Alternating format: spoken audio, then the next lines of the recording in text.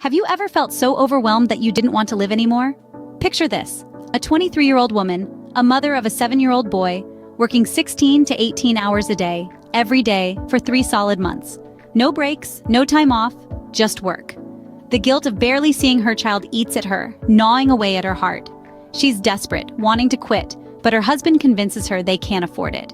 They're in restaurant management, working together in a prominent chain, recently transferred to a resort town. Depression sets in, a dark and insidious force that pulls her deeper into despair each day. Every night she prays for an end, wishing for a divine intervention to free her from this earthly existence she's come to despise. But when God doesn't answer, she decides to take matters into her own hands. I was 23, my son was 7 years old. I was working a lot of hours. I remember that during that time, I worked 16 to 18-hour days for at least 3 months with no day off. I barely saw my child.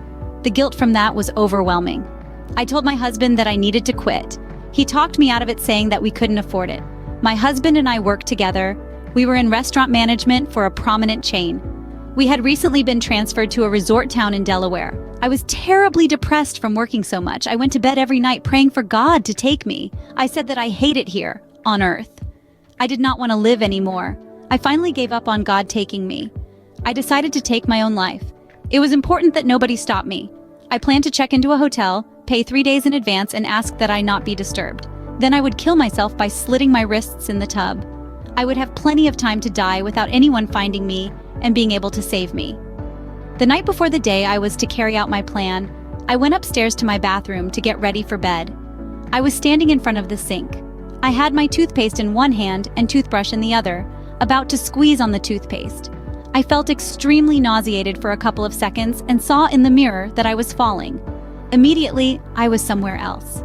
I had not only been there before, but it was also very familiar. That place is where I came from before I had this life on Earth. Before this near-death experience, I had thought that our lives started when we were born here. That is not the case for me. I do not know if that is the case for everyone. Had I stayed there, I would have been returning.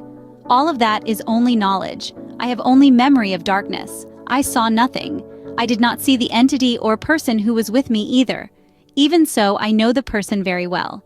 He was no stranger to me at all. I will try to explain how he communicated with me. He didn't speak with words. He never said any words to me. It was as if we were one. If you could let someone inside of you to feel you, that would be similar. I felt peace and patience. I could have stood there deciding what to do forever. He would have just waited. I knew that. The thing that makes me know that I was in some type of body is that I was trembling. It wasn't because I was afraid. I had no fear at all. It seemed to be from being in the entity's presence. Other than the trembling, I didn't have any other awareness of my body. I also did not speak words like we do. It was like saying something inside your head, I guess. I kept saying over and over, "I hate it there. Please don't make me go back. I don't want to go back." Once I had gotten it all out, I was in my son's room. He was showing me my son. At that time, I remember seeing some light there. I can't remember the light clearly, like it was off to the side. When I saw my son, I said, "Oh yeah, Michael, I have to go back." Immediately when I made that decision, I was awake. My husband was tapping me on the face. He asked me if I wanted to go to the hospital. I said, "No, I'm fine." He said that I was unconscious for about 10 minutes. I do not know if I had a pulse or was breathing during the event. I didn't tell him about it until years later. We have since divorced. Although, I have been depressed many times since then.